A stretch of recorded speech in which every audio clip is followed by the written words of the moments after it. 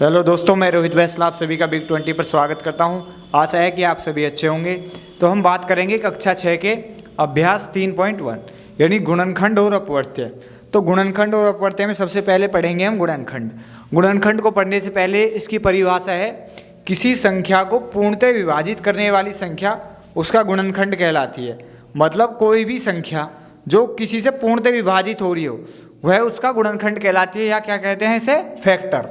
जैसे मैं आपसे कहूँ 3 कोई संख्या है तो 3 के गुणनखंड क्या है, यानी कि 3 किस किस से कट जाएगी। आप कहोगे जी 1 से भी कैंसिल आउट हो जाएगी 3, क्योंकि 1 क्या है, 1 से भी कट जाएगी और 3 खुद अपने आप से भी कट जाएगी। 3 किस किस से कटेगी, एक तो 1 से कटेगी और एक 3 से, एक खुद अपने आप से कटेगी। तो 3 के गुणनखंड कितने हो गए बच्चों, आप कहोगे जी 2, 1 और 3। यदि मैं 1 की बात करूं तो 1 सभी संख्याओं का गुणनखंड होता है।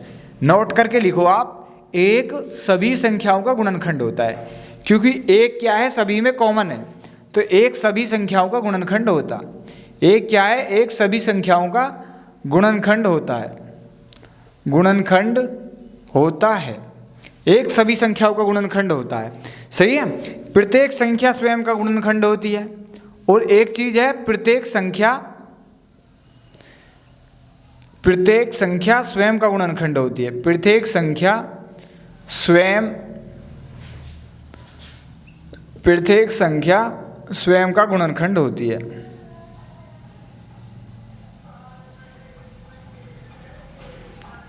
स्वयं का गुणनखंड होती है। तो अब आप देखो, एक जैसे अब ये दोनों के दोनों यहीं देखो, 1 सभी संख्याओं का गुणनखंड होती है। देखो 3 का गुणनखंड क्या 1 है, हाँ जी है। और एक तो 3 का गुणनखंड 1 हो गया, और एक 3 का गुणनखंड खुद स्वयं 3 हो गया। यदि मैं बात करूं 4, तो 4 के गुणनखंड कौन कौन से होंगे, तो आप कहोगे जी एक तो 1, क्योंकि एक 4 किससे कटेगा, 1। और मैंने ये चीज़ अभी भी लिख दिया कि 1 सभी संख्याओं का गुणनखंड होगा, चाहे कोई भी संख्या हो, उसका 1 जो है सभी संख्याओं का गुणनखंड होगा। और एक क्या है, प्रत्येक संख्या। तो पहले तो 1 होगा इसका गुणनखंड 4 का, दूसरा गुणनखंड क्या होगा जो इससे कटेगा, नहीं 2, 4 2 से भी कैंसिल आउट का होगा। उसके बाद क्या है, प्रत्येक संख्या स्वयं, यानी कि 4 खुद, 4 अपने आप में खुद अपने ही गुणनखंड होगा। तो 4 के गुणनखंड क्या होंगे बच्चों, 1 2 4, 1 2 4। और 3 के गुणनखंड क्या होंगे, 1 और 3। तो 1 सभी संख्याओं का गुणनखंड होता है, और कोई भी संख्या अपने आप में स्वयं का गुणनखंड होती है। तो अब मैं लिखता हूँ आपको 6 के गुणनखंड बताओ। क्या बताने हैं, 6 के गुणनखंड। तो 6 के गुणनखंड जब आप बताओगे तो सबसे पहले तो मैंने अभी आपको बताया 1, क्योंकि 1 तो सभी संख्याओं का गुणनखंड होता है। उसके बाद 6 किससे कटेगी, आप कहोगे जी 2 से भी कटेगी 6, तो 2 भी इसका गुणनखंड है। आप कहोगे जी 3 से भी कट जाएगी 6, 3 भी इसका गुणनखंड है। आप कहोगे जी 1, उसके बाद 4 से नहीं कटेगी, 5 से नहीं कटेगी, लेकिन उसके बाद क्या है 6, यानी कि 6 अपने आप से भी कट जाएगा और 6। तो इसके गुणनखंड कितने हो गए, 4, 1 2 3 6, 1 2 3 6। कितने गुणनखंड हो गए इसके बच्चों, 4 गुणनखंड हो गए।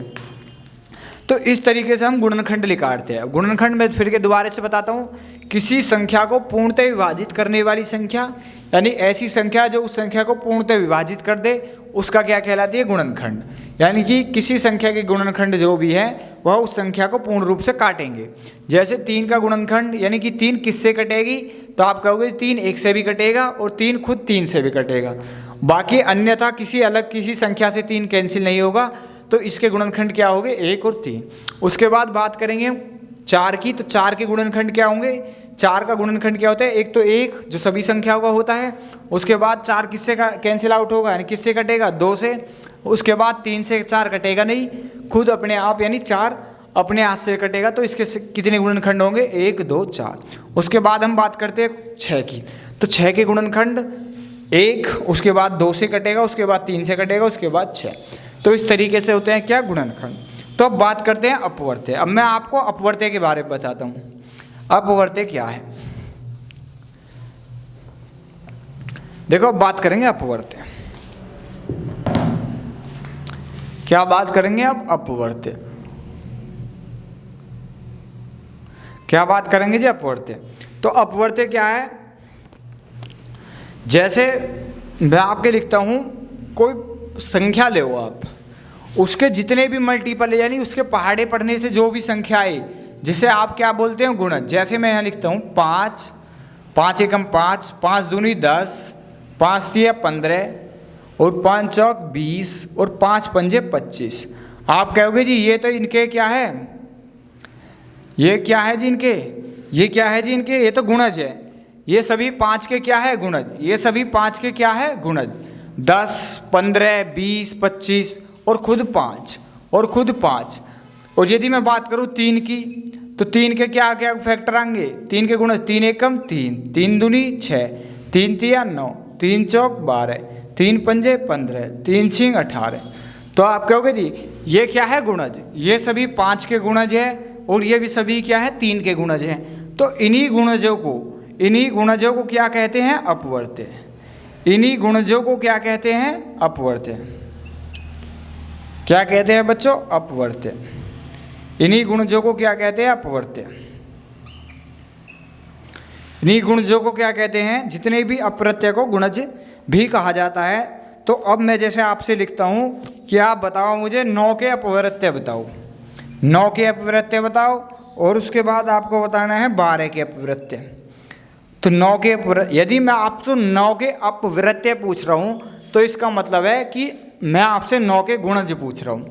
तो 9 के गुणज क्या होंगे, 9 एकम 9, एक तो खुद 9, 1 9 दूनी 18, 1 9 तिया 27, उसके बाद 9 चौक 36। इसी तरीके से क्या चले जाएंगे, गुणज। उसके बाद 12 की बात करूँ तो 12 एकम 12, 12 दूनी 24, 12 तिया 36, 12 चौके 48, डैश आगे तक। तो ये अगर 9 के अपवर्त्य क्या हो गए, 9 18 27 36, 12 के 12 24 36 48। तो 9 के गुणज के हूँ या 9 के अपवर्त्य के हूँ, बात एक ही है। तो आशा है कि अब आप गुणनखंड और अपवर्त्य के बारे में अच्छे से जान चुके होंगे कि अपवर्त्य क्या होता है और गुणनखंड क्या होते हैं। अब बात करेंगे हम क्वेश्चन। अब इससे बने इस बेस से जितने भी क्वेश्चन बनेंगे, सबसे पहले अब आप उन्हें करो, उसके बाद आपके सारे डाउट क्लियर हो जाएंगे क्वेश्चन करने पे। तो सबसे पहला क्वेश्चन है अभ्यास 3.1 का, वो है आपसे पूछो 5 का सबसे छोटा अपवर्त्य। 5 का सबसे छोटा अपवर्त्य, 5 का सबसे छोटा अपवर्त्य है। तो आप बताओ 5 का सबसे छोटा अपवर्त्य है। अगर मैंने अपवर्त्य की बात करी है तो मैं किसकी बात कर रहा हूँ, गुणज की। किसकी बात कर रहा हूँ जी, गुणज की। और 5 के जब आप गुणज लिखोगे, 5 के आप जब गुणज लिखोगे तो क्या लिखोगे, सबसे पहले 5 के गुणज क्या होंगे, खुद 5, 5 एकम 5, 5 दूनी 10, 5 तिया 15, 5 चौक 20। तो ये सारे अपवर्त्य हैं 5, 10, 15। अब आप बताओ इनमें सबसे छोटा अपवर्त्य क्या है, 20, 15, 10, 5। आप कहोगे जी 5। सबसे छोटा क्या है इनमें, 5। तो 5 का सबसे छोटा अपवर्त्य क्या है बच्चों, 5। यदि ऑप्शन में 5 नहीं है तो कौन सा होगा, 10। यदि ऑप्शन में 5 नहीं है तो कौन सा होगा, 10। तो उसी तरीके से अब आते हैं 8 के 3 अपवर्त्य लिखिए। क्वेश्चन नंबर सेकंड में है 8 के 3 अपवर्त्य बताओ। 8 के 3 अपवर्त्य, तो 8 के आपको 3 अपवर्त्य बनाने हैं। तो यानी 8 के क्या बनाने हैं आपको, गुणज। तो 8 एकम 8 दूनी 16, 8 तिया 24, 8 चौक 32। 8 चौक कितने हो गए बच्चों, 32। तो 8 के 3 अपवर्त्य कौन कौन से हो गए, 16, 24, 32। 8 के 3 अपवर्त्य कौन कौन से हो गए, 16, 24, 32। तो इस तरीके से आसान आपको बताने हैं। 5 का सबसे छोटा अपवर्त्य क्या होता है, खुद 5, 5, 10, 15, 20, 25, ये सभी यानी आपको गुणज बताने हैं और उनमें जो छोटा है वो। बहुत आसान क्वेश्चन है। अब मैं कुछ क्वेश्चन और कराता हूँ अभी आपको।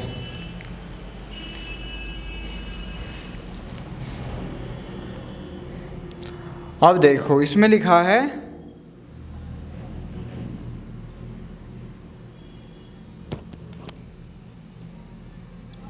7 के 3 अपवर्त्य बताओ।